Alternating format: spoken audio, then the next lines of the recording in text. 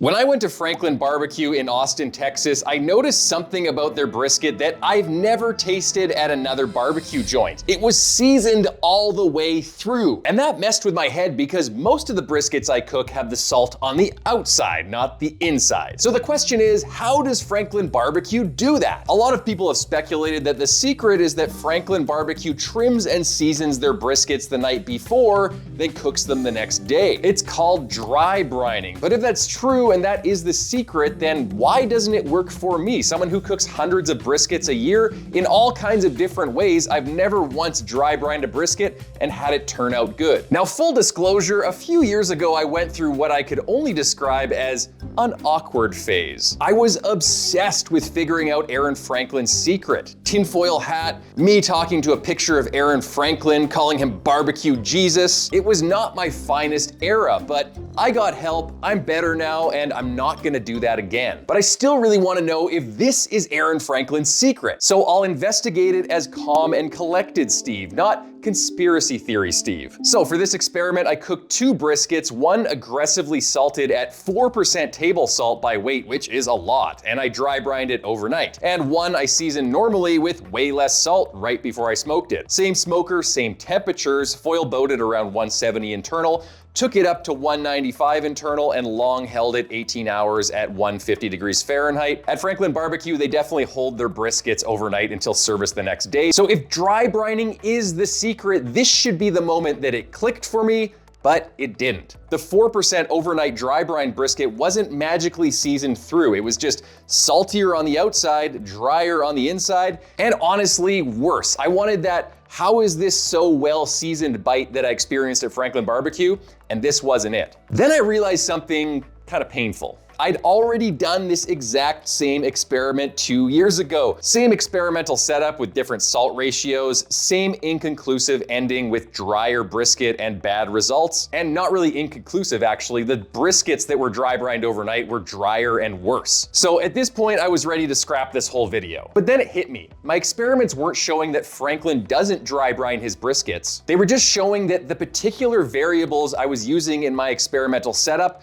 weren't working. For example, I live in a dry environment, and in Austin, Texas, where Franklin Barbecue cooks, very humid and moist in those smokers. I also use pretty lean briskets compared to the super fatty, well-marbled briskets they use at Franklin Barbecue. And I assumed that these things didn't matter, but maybe they do. So instead of giving up, I decided to get more creative, more detailed, more obsessive, which meant donning the tinfoil hat just one last time. If I want to know how salt really gets to the center of meat, I need to stop experimenting with expensive briskets, just doing 2 at a time. So I used cheap pork loin, lean, consistent, and perfect for testing salt diffusion. How do I tell how far the salt penetrates? I use a proxy. Nitrites. Nitrites, in this case in the form of curing salts, slowly diffuse into meat and interact with myoglobin to create a pink ring. It's the same chemical reaction that happens in your smoker to produce the smoke ring. A thicker pink ring means more diffusion or penetration towards the center of the meat. Now, nitrites don't diffuse into meat exactly like salt does, but they follow the same rules. So if we get a thicker pink ring in one pork loin, we'll know that more diffusion happened, including the nitrites and the salt. Now, I've got a lot of pork loins to cook, so let's get testing.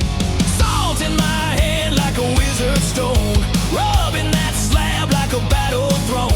Weighed in grams, charred every flake. Tonight the flavor God's awake. We're gonna test this meat till the secrets bleed, chasing that Franklin fire. Yeah, we're tasting race and brisket, warrior creed in the lab of smoky desire.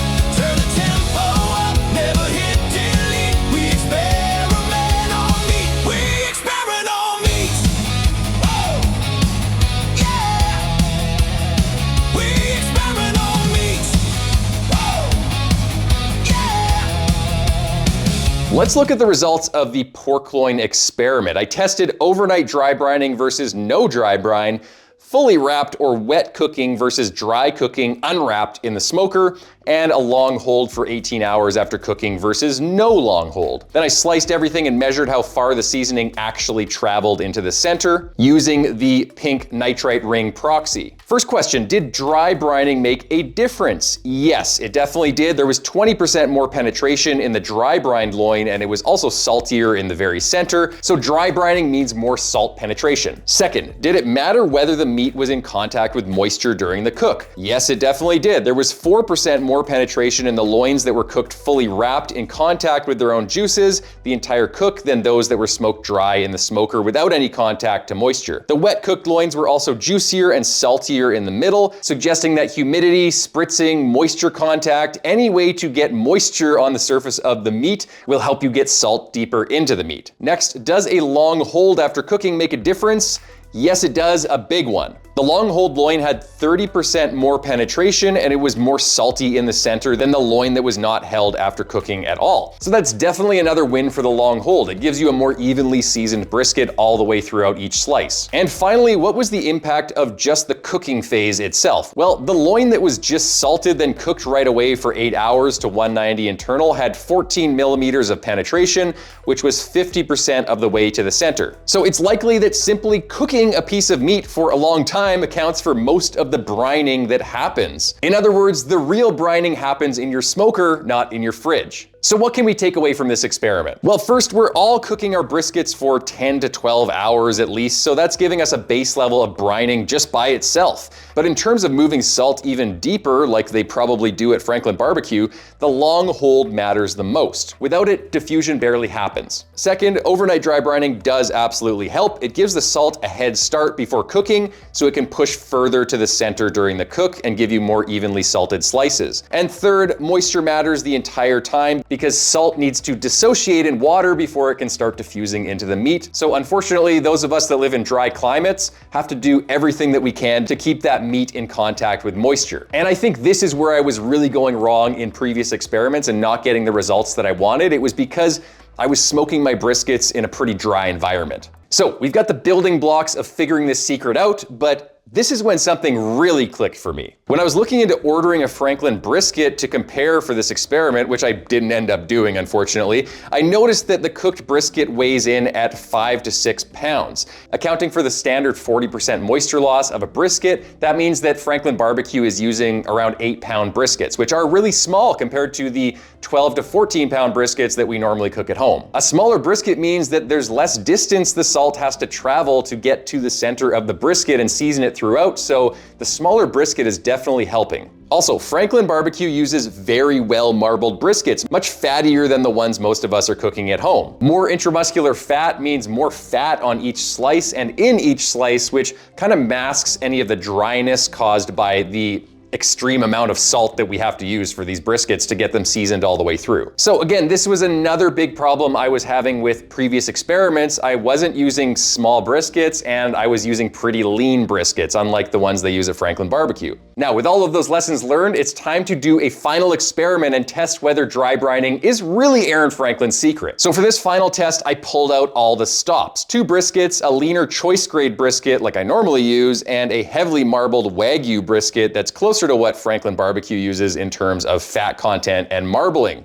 Both dry brined overnight at 2% table salt by weight, seasoned the next day with a light layer of Smoke Trails barbecue brisket rub, then smoked to retain as much moisture as possible by spritzing often, foil boating early in the cook to trap salty juices so they'd be in contact with the meat. Yes, Franklin BBQ wraps in butcher paper later in the cook after the stall, maybe around 170, 180, but in my dry environment, I like to foil boat really early to keep all of that moisture in contact with the meat. I'm just adapting for my specific situation. Cook the briskets to around 195 internal, wrap them in butcher paper at this point, and dumped some of the juices into the butcher paper. Very important, kind of messy, but this is to replicate the conditions of a Franklin BBQ brisket because it would have been wrapped earlier in the cook, like I said before, sweated out some of those juices, mixed with the salt on the exterior, and it would be in contact with those salty juices during the long hold. And theoretically, the butcher paper is more porous, so it's holding onto that moisture, keeping it in contact with the brisket, probably more effectively than foil would do. Then I double wrapped in foil to keep things clean and flipped the brisket over a few times to ensure the salty juices fully coated the brisket and all of the butcher paper. Then into the holding oven they go at 150 for 18 hours. And if anything is going to recreate the taste of Franklin barbecue brisket, then this is it. And if it doesn't work, I'm giving up. Now for the moment of truth. Let's cut into the lean brisket first. Lots of liquid inside, lots of contact with that salty juice. Looking pretty tasty, looking jiggly. Maybe there's something to this butcher paper, actually. There might be something to this. Slicing into it. Mom spaghetti, palms are sweaty. Lose yourself in the music, the moment. Let's take a look at this. Woo! That is super juicy. Wow, I like the look of that. Let's try a slice from the very tip of the flat here. I don't usually cut it this way, but I want to see what the salt did to the very tip, the leanest part of this lean brisket. This is a pretty thick slice, but it pulls apart really effortlessly. I'm excited, guys.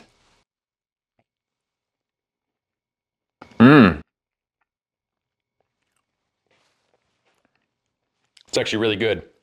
Really, really good. Really, really, really good. You know what? I'm gonna take a slice of the flat here. I'm just gonna get some paper towel so I don't cross-contaminate with the salt that's already on the board. I'm gonna get a slice from the very center of this flat. Okay, very center of the flat. Yep, I think we got it, guys. I think we got it. We did something different with this, and this is the lean brisket. Something that I did different just made this taste a lot more like Franklin barbecue brisket. Okay, let's finish slicing this. Let's try some slices of the point here. Right in the very middle of the point. I'm gonna get an uncontaminated spot here. Just get right to the center. It takes a lot for salt to get to this piece of the brisket, right in the middle of the flat. Sorry, right in the middle of the point. And it didn't really. I don't really taste much salt at all. So the flat slices, they taste like Franklin barbecue brisket. The point slice, I'm gonna get an edge piece here. I'm only really tasting salt on the outer edges. If I go in a bit, yeah, even maybe a quarter of an inch in, it didn't really get that far. But there's so much salt on the outside, the exterior of the brisket on the bark, that it coats your palate, and when you eat an entire point slice, it does taste very salty. One thing to remember though is that this started out as a very, very large brisket. This was like a 16-pound brisket that I trimmed down to 8 pounds, which was kind of ridiculous. I should have got a smaller brisket. But as a result, the point slices are still pretty thick, right? With a Franklin brisket that they use at the restaurant, this would be much thinner. This point slice would be much thinner and easier for the salt to diffuse into the center because they only use 8-pound briskets that start as 8-pound briskets. Okay, moving on to the fatty brisket. Let's see if this tastes even closer to Franklin barbecue brisket. All right, just feeling around the edges here, nice and jiggly. That's a good looking brisket. Let's slice into this guy. I'm excited. This is a super well marbled brisket. Is it more juicy than the other one? You guys tell me. That looks pretty darn juicy. Okay, once again, starting from the very tip of the flat, the leanest part of the brisket. I'm gonna get to a dry area here, cut right out of the middle. It's a little center slice here. Yeah, it got really good salt penetration. Even though these flat slices are super thick, it got some good penetration. So very similar to Franklin barbecue brisket. Let's taste the point now.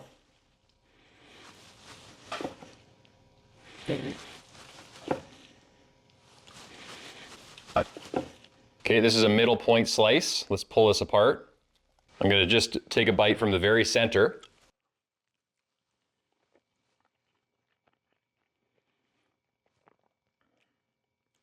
This actually got some good salt in the middle of it.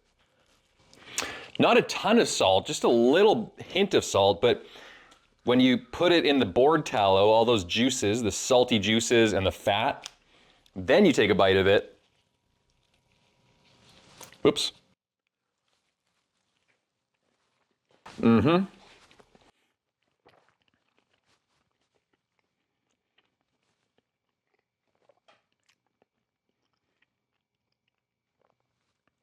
Yeah, it picked up all those salty juices on the board. That tastes almost identical to Franklin barbecue brisket. Yeah, 100%.